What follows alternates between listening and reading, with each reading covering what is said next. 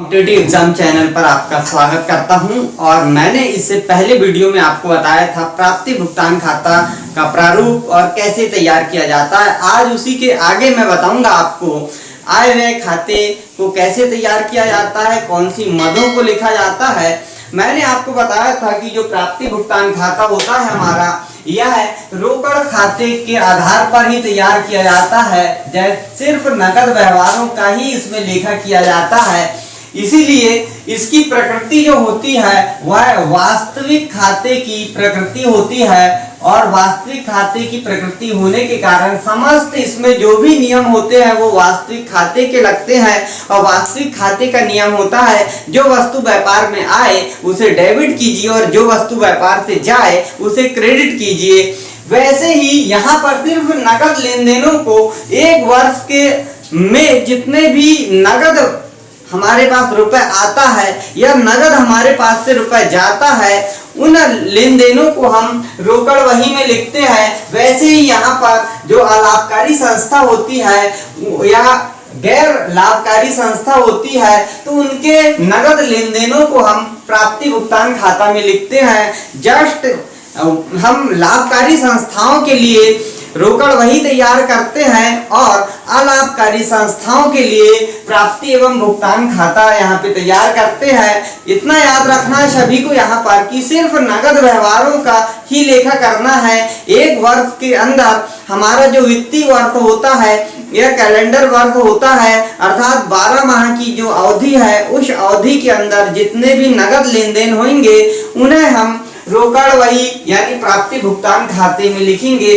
और लिखने का तरीका भी हमने बताया था कि इसमें समस्त व्यय या आय को लिखा जाता है। ये नहीं देखा जाता है कि कौन सी आयगत है कौन सी पूंजीगत है। और यदि आयगत पूंजीगत आपको समझना है तो हमने इसके लिए एक अलग से वीडियो ही बनाया है, उस वीडियो पर जाकर आप देख सकते हैं, प्लेलिस्ट में आपको मिल जाएगा। अब हम बात करेंगे, इसमें समस्त व्यय यहाँ पे लिखे हुए हैं, लेकिन हम बात करेंगे आय व्यय खाते की। और आय व्यय खाता जो है यह कैसे तैयार किया जाता है इसकी बात करेंगे। तो आय व्यय खाते में सबसे पहले बनाने के लिए यहाँ पर देखिए संस्था का नाम हमने लिखा है, जो भी हमारी संस्था है उसका नाम हमने लिख दिया है। और उसके नीचे सीधे सीधे हमने वो सत्र लिखा है जहां पर हम खाता को तैयार कर रहे हैं, यानी 31 दिसंबर 2020 को समाप्त होने वाले वर्ष का तैयार कर रहे हैं, क्योंकि सिर्फ इसी दिन ये तैयार कर लेंगे और समाप्त हो जाएगा यहाँ पे हमारा लेन देन। अब देखिए इसके भी दो पक्ष होंगे। पहला जो पक्ष होगा वह डेबिट पक्ष कहलाएगा और दूसरा जो पक्ष होगा वह क्रेडिट पक्ष कहलाता है। अब यह खाता जैसे हम लाभकारी संस्थाओं के लिए लाभ और हानि खाता तैयार करते हैं, लाभ हानि खाता तैयार करते हैं, वैसे ही अलाभकारी संस्थाओं के लिए हम आय व्यय खाता तैयार करते हैं। अर्थात जस्ट लाइक यह लाभानी खाते के जैसा ही होता है। और लाभानी खाते की जो प्रकृति होती है वो नाम मात्र की प्रकृति होती है। और नाम मात्र का जो नियम है, नाम मात्र खाते का जो नियम होता है, समस्त व्यय एवं हानियों को डेबिट कीजिए, समस्त आय एवं लाभों को क्रेडिट कीजिए। वही नियम सेम यहाँ पे भी हम लागू करते हैं अलाभकारी संस्था के लिए, लेकिन यहाँ पर सिर्फ नाम चेंज हो जाता है आय व्यय खाता।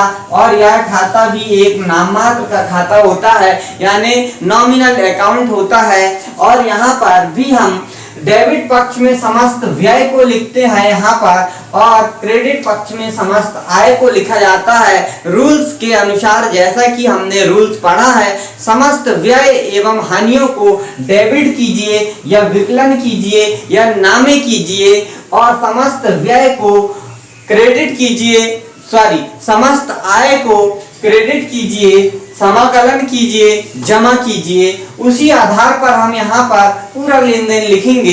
तो यहाँ पर सिर्फ आयगत मदों को ही लिखा जाएगा। पूंजीगत प्रकृति की जो मदें होती है, जो पूंजी के रूप में होती है, उन्हें हम बैलेंस शीट में ले जाते हैं और बैलेंस शीट में लिखते हैं। लेकिन यहाँ पे देखिए प्राप्ति भुगतान खाता जो हमने बनाया है, यहाँ पर हमने आयगत या पूंजीगत का ध्यान नहीं रखा है। यहाँ पर हमने समस्त प्रकार के व्यय को लिखा है। तो हम यहाँ से आयगत जो व्यय है उन्हें छांट लेते हैं तो देखिए चंदा जो है वह प्राप्तियां यानी ये क्या है, आय है। तो हम आय में लिखेंगे सबसे पहले चंदा, और यहाँ पर चंदा में भी आपको ध्यान रखना होगा, यदि हमें मिला है यानी जिसे हम कहेंगे चंदा में पहले प्राप्त हो गया है और पहले प्राप्त हो गया तो हम क्या बोलेंगे, यहाँ पर बकाया, बकाया के रूप में भी हो सकता है बकाया चंदा, और इसे हम जोड़ देंगे बकाया चंदा को यहाँ पर, और इसे जोड़ के नीचे लिख देंगे बकाया चंदा, यानी इस वर्ष उसे देना था लेकिन नहीं दिया तो यहाँ पे दिखाया जाएगा, क्योंकि इस वर्ष का लेन देन है यहाँ पे इसलिए दिखाया जाएगा। और यदि कोई पूर्व प्राप्त है, हमें पूर्व प्राप्त हो गया, पहले प्राप्त हो गया तो उसे हम घटा देंगे क्योंकि वह इस वर्ष का नहीं है इसीलिए उसे कम कर देंगे, और फिर कुल चंदा कितना हुआ वह दिखाएंगे। अर्थात आय व्यय खाते में हम समायोजन के साथ में यहाँ लेन देन करते हैं, क्योंकि इस वर्ष में कितना आय हुआ या कितना व्यय हुआ, कितना पैसा आया हमारे पास, कहाँ खर्चा हुआ, उसका हम यहाँ लेन देन रखेंगे, इसीलिए यहाँ पे समायोजन सहित लेखे करेंगे। तो पहला चंदा, दान का लेखा भी इसी प्रकार करेंगे, दान का भी लेखा इसी प्रकार किया जाएगा जैसे कि हमने चंदा का दिया है, बकाया या पूर्वोदय को हम घटा देंगे। व्याख्यान से यदि हमको आय होती है तो यह भी हम लिख देंगे व्याख्यान से आय, यदि किसी भी प्रकार की आय होगी तो हम क्रेडिट पक्ष की ओर लिखेंगे। मनोरंजन से प्राप्ति, यदि मनोरंजन से हमें प्राप्त होता है तो हम मनोरंजन से प्राप्ति भी लिख देंगे। और इसके बाद में ब्याज, लाभांश, किराया, यदि इनसे हमें पैसे आते हैं हमारे पास तो हम लिख देंगे उन्हें लाभांश के रूप में भी हमारे पास पैसा आएगा। यदि किराया या ब्याज के रूप में भी हमें मिलता है तो वो भी लिख देंगे। समाचार पत्र की बिक्री यदि हमने किए हैं तो इससे भी हमें पैसा आएगा, समाचार पत्रों की बिक्री से भी पैसा मिल सकता है हमें। और तो ये जो हमने इतना जो मद लिखे हुए थे, इन मदों को आप देखिए यहाँ तक, यह सभी आयगत है, क्योंकि ये मदे जो है आयगत मदे क्यों है, क्योंकि इन मदों इनमें प्रति दिन या एक वर्ष के अंदर इनका कई बार लेन देन होता है, इसीलिए ये आयगत या आगमगत के नाम से जानी जाती है मदें। अर्थात वे सभी आगमगत मदों को हम यहाँ लिखते हैं आय व्यय खाते में। दूसरा हम देखते हैं यहाँ पर देखिए भुगतान आने व्यय की बात करेंगे, और व्यय में क्या है, छपाई एवं स्टेशनरी की बात करेंगे। छपाई एवं स्टेशनरी, और छपाई स्टेशनरी में भी यदि यहाँ पर देखिए आप अदत्त है तो अदत्त को हम जोड़ के लिखेंगे यहाँ पर, और यदि पूर्वदत्त है तो पूर्वदत्त को भी यहाँ पर हम घटा के और सीधे राशि के कॉलम में जो राशि आएगी वह लिख दिया करेंगे। इसी प्रकार समाचार पत्र पत्रिकाओं के लिए हमने भुगतान किया है तो वो लिखेंगे डाक, तार और टेलीफोन की बात करेंगे। यदि इनमें हमने व्यय किए हैं तो वह लिखेंगे, यदि अदत्त रहेगा तो जोड़ेंगे इसमें, और यदि पूर्वदत्त होगा तो इन्हें अदत्त को जोड़ देंगे और पूर्वदत्त को घटा देंगे।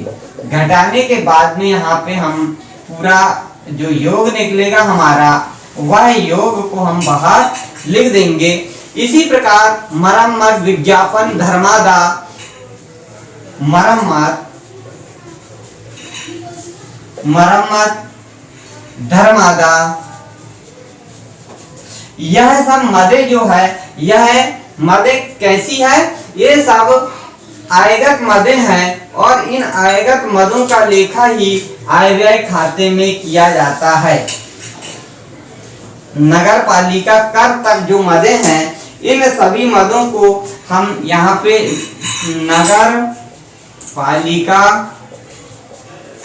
कर, अर्थात ये जो मदे हैं, नगर पालिका टैक्स भी हर वर्ष चुकाना होता है, इसीलिए यह भी कैसी है, आयगत मदे हैं।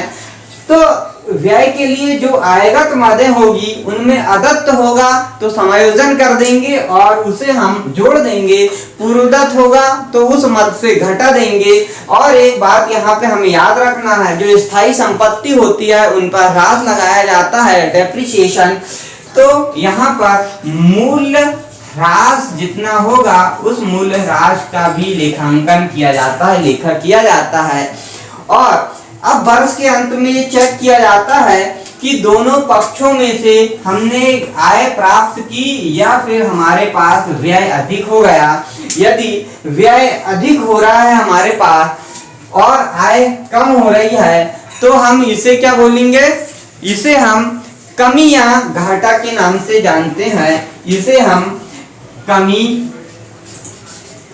या घाटा के नाम से जानेंगे और लिखेंगे, क्योंकि व्यय अधिक हो गए यानी हमारे जो संस्थान है यहाँ पर खर्चे ज्यादा हो रहे हैं और हमें आय के रूप में कम पैसा मिल रहा है। वैसे ही यदि आय अधिक हो रही है और व्यय कम है हमारे तो इसे हम अधिक कहते हैं और इस अधिक को हम लिख देते हैं और यह अधिक जो है यह पूंजी खाते में यहाँ आर्थिक चिट्ठी में ट्रांसफर कर दिया जाता है। तो ये था आय व्यय खाते का प्रारूप जो हमने पूरा आपको यहाँ प्राप्ति भुगतान खाते की सहायता से यहाँ बनाकर दिखाया। आपको यहाँ पे याद रखना कि समस्त आय और समस्त व्यय जो वर्तमान वर्ष से संबंधित है, आगमगत है, अर्थात जो बार बार खर्चे होते हैं, ऐसे सभी खर्चों को समायोजन सहित हमें आय व्यय खाते में लिखना होता है। प्राप्ति भुगतान खाता बनाते इसमें आय व्यय आयगत हो या पूंजीगत हो सभी को लिखा जाता है। यहाँ पर आपने रोकड़ शेष की बात देखी होगी, रोकड़ शेष लिखा हुआ है दोनों पक्षों में, बैंक अधिकृत और रोकड़ शेष। यह बैंक अधिकृत और रोकड़ शेष जो है यह हम बैलेंस शीट में ले जाते हैं, यहाँ पर आय व्यय खाते में नहीं लिखते क्योंकि यह लाभ हानि खाते के समान होता है। तो आज का वीडियो आपको कैसा लगा आप हमें जरूर बताएं और अपने दोस्तों को भी शेयर करें।